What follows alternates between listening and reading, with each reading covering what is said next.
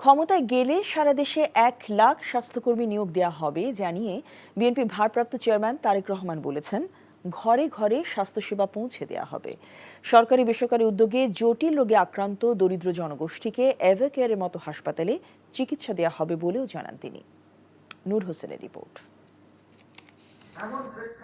রাজধানীর একটি হোটেলে আগামী জাতীয় নির্বাচন ও জনপ্রত্যাশা শীর্ষক বিশিষ্টজনদের সঙ্গে মতবিনিময় সভার আয়োজন করে বিএনপি।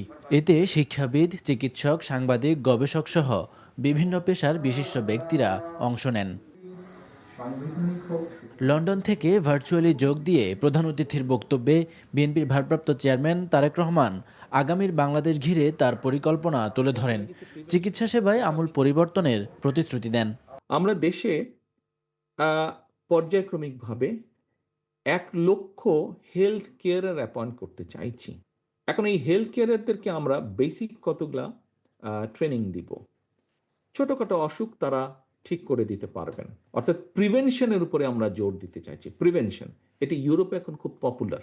এই হেলথ কেয়ারের মাধ্যমে আমরা তাদেরকে দুয়ারে দুয়ারে, গ্রামে গ্রামে দুয়ারে দুয়ারে পাঠাবো, পরিবারগুলোর কাছে পাঠাবো। তারা যাবে, তারা বলবে কি কি খাবার না খেলে হার্টের প্রবলেম কমে যাবে, হবে না।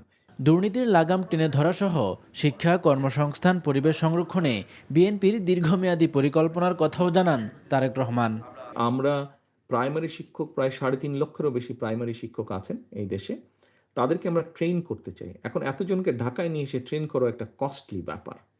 আমরা এদের কাছে ডিজিটাল উপায়ে পৌঁছতে চাই, তাদেরকে পুরো ডিজিটাল সিস্টেমের আন্ডারে আনতে চাই, সো দ্যাট তাদেরকে ওই প্রসেসের মাধ্যমে আমরা ট্রেনও করতে পারি এবং একই সাথে তারা কি কি পড়াবেন, কি কি বিষয় পড়াবেন সেগুলো সেই মাধ্যমে আমরা তাদেরকে পৌঁছে দিতে চাই। অনুষ্ঠানে বিএনপি মহাসচিব বলেন, দেশের প্রয়োজনীয় সংস্কারের সূচনা করেছে বিএনপি। নূর হোসেন, এনটিভি নিউজ, ঢাকা।